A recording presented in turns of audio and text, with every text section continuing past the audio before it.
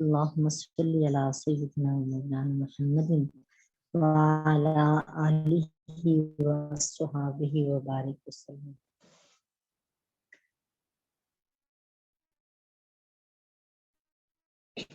رب اشرح لي صدري ويسر لي أمري واحلل عقدة من لساني يفقهوا قولي.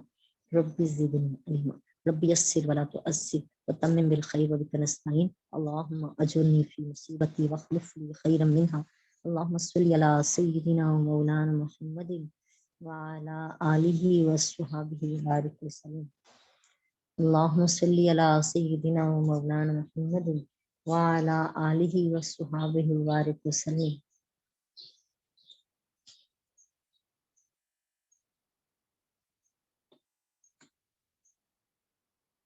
آج ہم نے سورہ آل عمران کی آیت نمبر 163 کرنی ہے. اعوذ باللہ من الشیطان الرجیم. بسم اللہ الرحمن الرحیم. ہم درجات عند اللہ واللہ بصیر بما یعملون. ان کے درجات ہیں، ہم درجات، ان کے درجات ہیں عند اللہ، اللہ کے پاس، اللہ بصیر بما یعملون، اور اللہ تعالی خوب دیکھ رہا ہے جو وہ کرتے ہیں.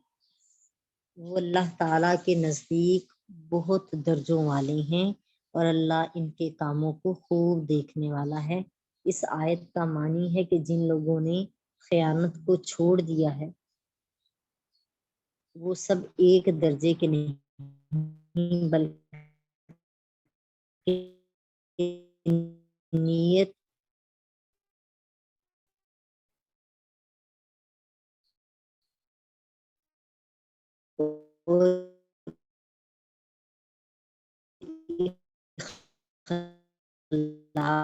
اخلاص کے اعتبار سے، ان کے اعتبار سے جنت کے بہت سارے درجات ہیں. اسی طرح جن لوگوں نے خیانت کی یا جنہوں نے کفر کیا اور نافرمانی کی، ان سب کا دوزخ میں ایک درجہ نہیں ہے، بلکہ ان کے کفر کی کیفیت، ان کے گناہوں کی کمی بیشی کے لحاظ سے دوزخ میں بھی بہت سے درجات ہیں.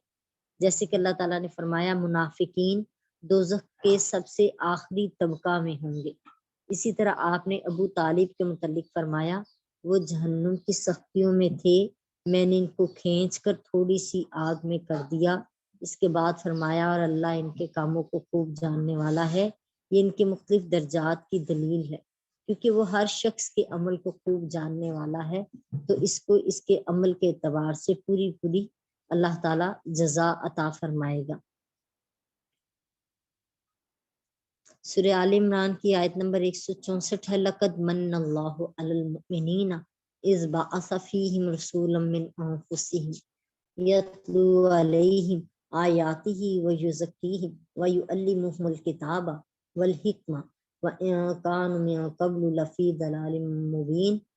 لقد بے شک من اللہ اللہ نے احسان کیا علی المؤمنین ایمان والوں پر، اذ بعث فیہم جب ان میں بھیجا، رسول من انفسہم ان کے اندر سے ہی، ان کے اپنوں میں سے ہی رسول بھیجا، یعنی انہی انسانوں میں سے رسول بھیجا.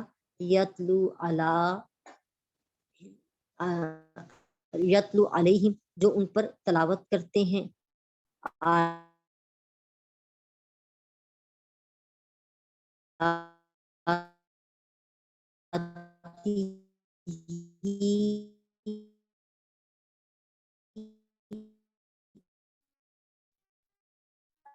اللہ کی آیتیں وہ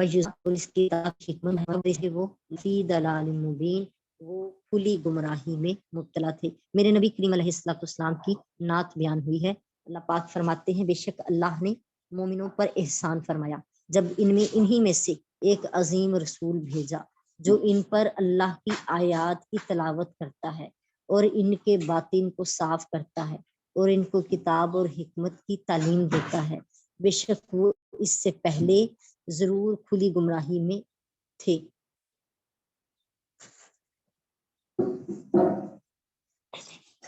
اللہ تعالیٰ نے انسان کو وجود پیدا کیا اور انسان کو اس دنیا میں بھیجا، انسان کے لیے جنت بنائی، انسان کے لیے اللہ تعالیٰ نے دنیا میں اس کے جینے کے وسائل پیدا کر دیے، اور انسان کو ماں باپ دیے، رزق دیا، اسباب دیے، اولاد دی، بہن بھائی دیے، ہر طرح کے معاملات اللہ تعالیٰ نے عطا فرما دیے، لیکن ان پر احسان نہیں جتایا۔ لیکن اللہ تعالیٰ نے اپنے نبی حضرت محمد صلی اللہ علیہ وآلہ وسلم کو ہمارے درمیان مقرر فرما کر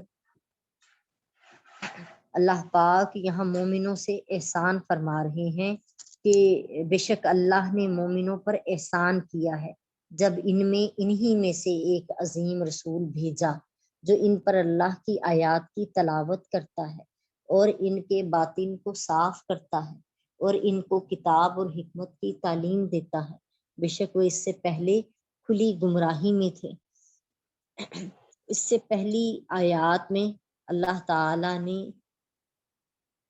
لوگوں کے دو گروہ بیان کیے تھے، ایک وہ گروہ جو اللہ کی رضا کے لیے نیک اعمال کرتا تھا، اور دوسرا وہ گروہ جو اللہ کی ناراضگی کے کاموں پر تھا۔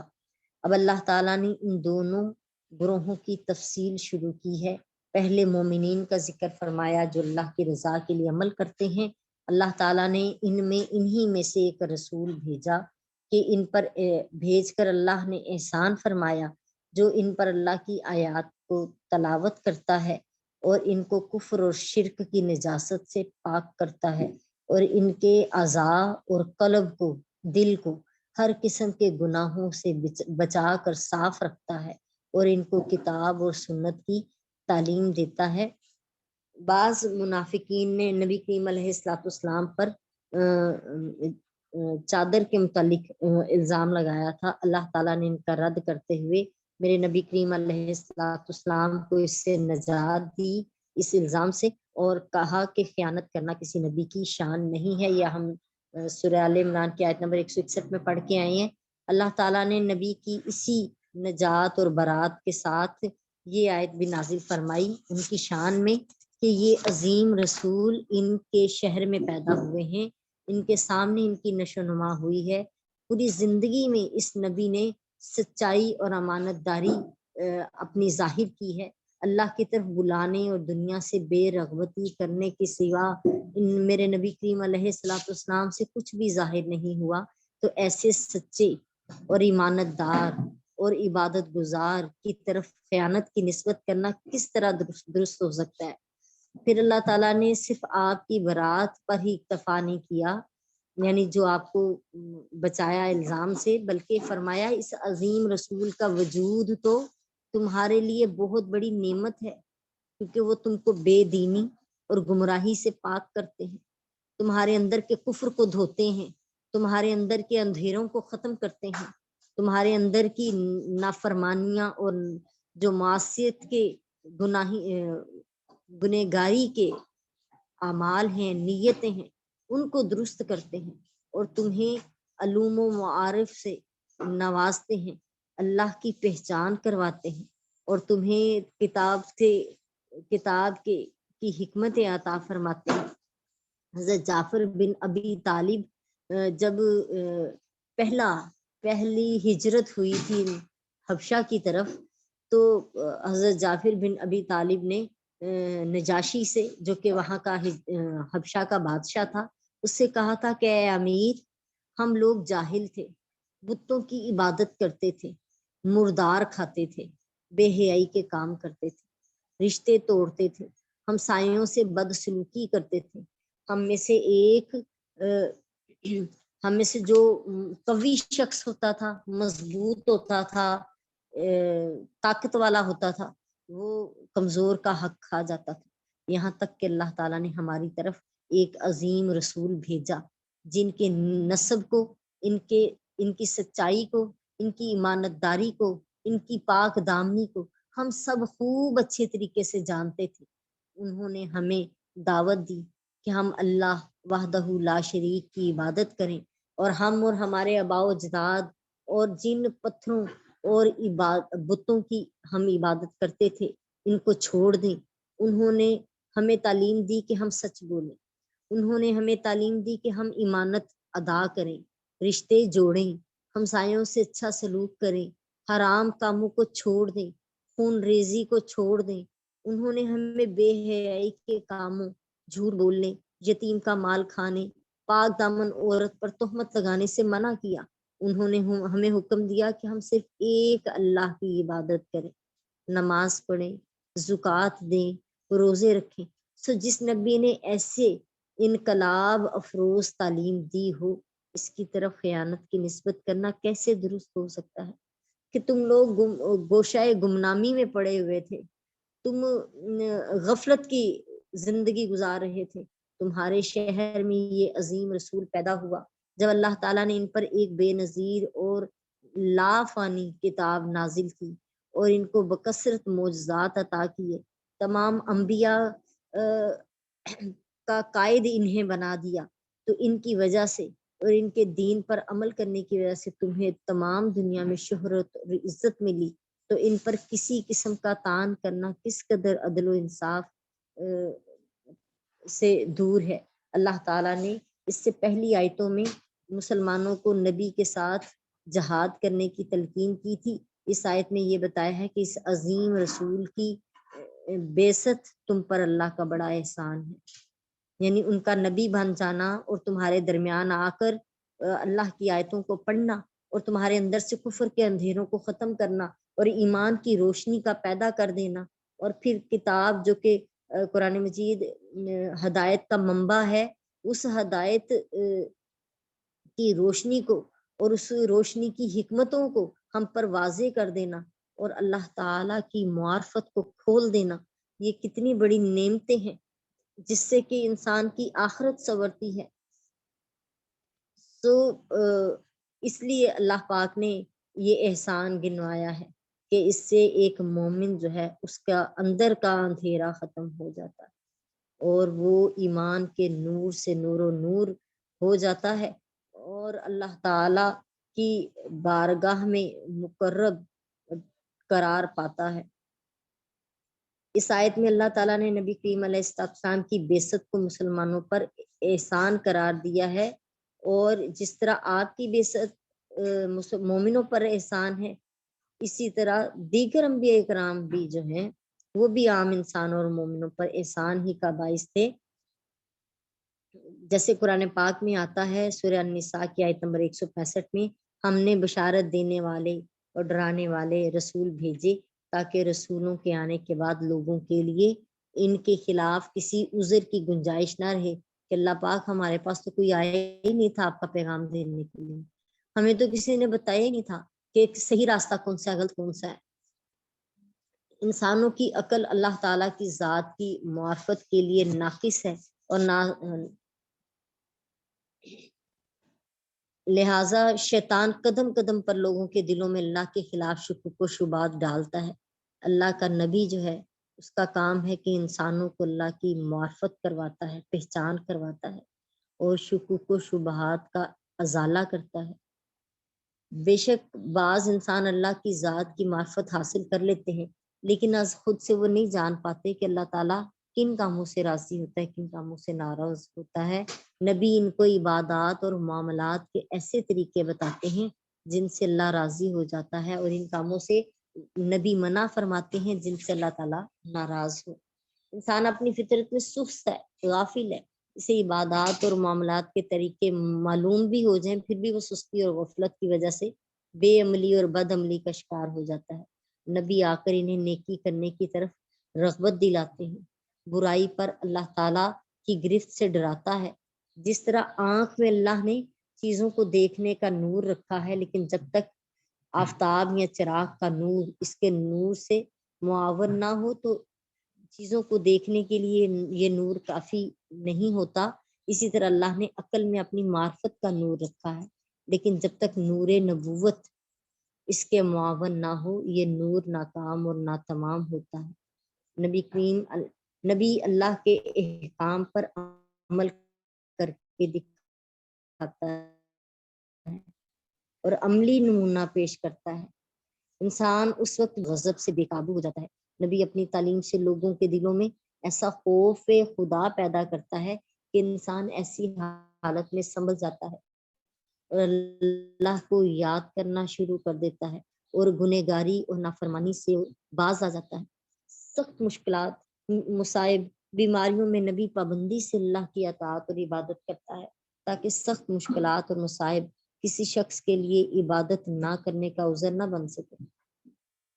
نبی کریم علیہ السلام مکہ میں پیدا ہوئے، آپ نے وہی نشو و نما پائی اور 40 سال تک اہل مکہ دیکھتے رہے کہ آپ ہمیشہ سچ بولتے تھے۔ آپ کی پارسائی اور ایمانت داری اور دیانت کا سکہ لوگوں کے دلوں میں بیٹھ گیا تھا۔ آپ حرص، طمع، جھوٹ، بے حیائی، برائی کے کاموں سے ہمیشہ دور رہتے تھے۔ لوگ آپ کو صادق اور امین کے نام سے پہچانتے تھے۔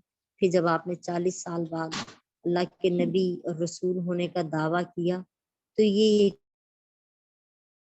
کیا جا سکتا ہے کہ جس شخص نے آج تک بندوں کے متعلق کوئی، اہل مکہ کو علم تھا کہ آپ نے کسی استاد کے آگے کبھی شاگردی نہیں اختیار کی اور نہ ہی کسی کا درس سنا ہے، نہ کسی کی کتاب کو پڑھا ہے اور نہ ہی کسی علم کا تکرار کیا ہے، یعنی کہیں سے کوئی علم حاصل نہیں کیا۔ پھر 40 سال اس طرح گزرنے کے بعد آپ یکایک غار حرا سے نکلے اور ایسا فصیح و بلیغ کلام پڑھنا شروع کیا کہ جس کی مثال آج تک دنیا لے کر آنے سے عاجز ہے۔ پھر اس کلام میں پہلی قوموں کے واقعات ہیں، آپ نے کسی سے نہ سنا تھا اور جن کی اہل کتاب نے بھی خود تصدیق کی تھی اور اس کلام کے بارے میں پیشن گوئیاں بھی کی تھی، جو کہ حرف بہ حرف ہر چیز پوری ہوئی۔ تو عقل سلیم کے لیے یہ کافی ہے کہ یہ قرآن اللہ کا کلام ہے، کسی انسان کا نہیں۔ اس کلام کو اللہ نے آپ سرکار دو عالم علیہ السلام پر نازل کیا اور آپ اللہ کے برگزیدہ نبی اور رسول ہیں جن کا احسان اللہ تعالی مومنوں کے کو دلا رہے ہیں کہ اس میرے اس احسان کو مانو اور اس کی قدر کرو اور اس کے ساتھ جڑ جاؤ اور اختیار کر لو۔ میں پچھلے دنوں ہی پڑھ رہی تھی ایک پوسٹ کے حوالے سے کہ ایک ہندو تھا جس نے آ کے یہ بیان دیا کہ ہمارے جب کسی کی موت کی حالت یعنی عالم سکرات میں جب حالت نزاع ہوتی ہے، جان پھنسی ہو اور اس کی جان نہ نکل رہی ہو، تو کہتے ہیں ہمارا برہمن جو ہے، برہمن جو کہ ان کا سب سے اعلیٰ درجے کا ہے طبقہ ہے ان کا، اس میں سے جو ان کا سب سے بڑا جو عبادت کرنے والا ہے وہ آ کر ایک منتر پڑھتا ہے اور اس منتر کا جو معنی مفہوم تھا وہ سیم کلمہ طیبہ تھا۔ وہ منتر جو تھا وہ لا الہ الا اللہ محمد رسول اللہ جو ہے، یہ کلمہ ہے جس کے پڑھنے سے جان جو ہے نکل جاتی ہے، اور وہ عام کسی بندے کے سامنے وہ منتر نہیں پڑھتے بلکہ کسی خاص ہی ہیں جو اس کو جانتے ہیں۔ اور اتنی حیرانگی ہوئی کہ وہ جانتے بوجھتے بھی پھر بھی ایمان نہیں لے کر آتے کہ یہ بندے کی جان اس کلمے کی وجہ سے جو ہے نکلی ہے اور آسانی ہو گئی ہے اس کو، لیکن انسان جو ہے وہ ہندو ہیں اور اصل کو بھی جان کر نہیں جان پاتے۔ ہم مسلمان ہو کر بھی اصل کو نہیں جان پائے، اور اللہ ماشاءاللہ سب ایک جیسے نہیں ہیں، لیکن اللہ تعالیٰ نے اپنے نبی کی تعریف بیان کی ہے کہ ہم اس احسان کی قدر کریں اور اس نور کی حفاظت کریں جو نور انہوں نے ہمارے دلوں میں اجاگر کیا ہے، وہ ایمان کا نور ہے۔ اس نور کی حفاظت کریں اور اس نور کی حفاظت کے لیے جو ہے ہم فکر کریں، اپنی آخرت کی زندگی کو سنوار لیں۔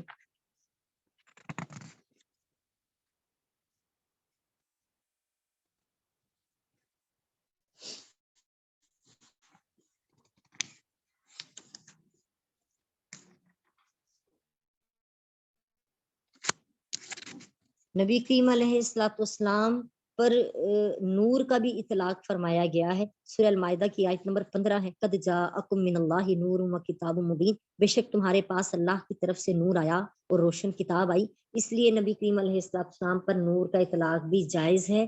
نور کی دو قسمیں ہیں، ایک حسی ہے اور ایک مادی نور ہے. جیسے سورج، چاند اور چراغ کا نور ہے جو آنکھ سے نظر آتا ہے، اور حسی نور اندھیروں کو دور کرتا ہے. اور ایک مانوی نور ہے جو کفر و گمراہی سے نکال کر اسلام اور ہدایت کی طرف لاتا ہے. اس کا ادراک عقل سے ہوتا ہے. یہی نور افضل ہے اور یہی انبیاء علیہ السلام کی صفت ہے. سیدنا محمد صلی اللہ علیہ وآلہ وسلم کے شان کے لائق بھی یہی نور ہے. نیز آپ کی جو بشریت ہے وہ مادی کثافتوں سے پاک ہے.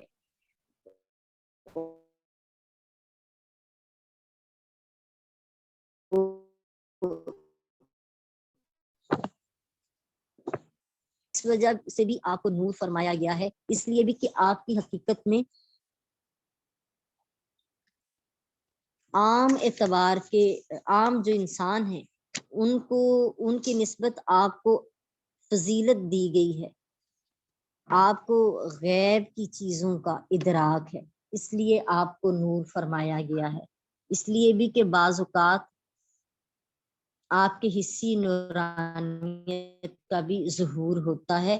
حضرت ابن عباس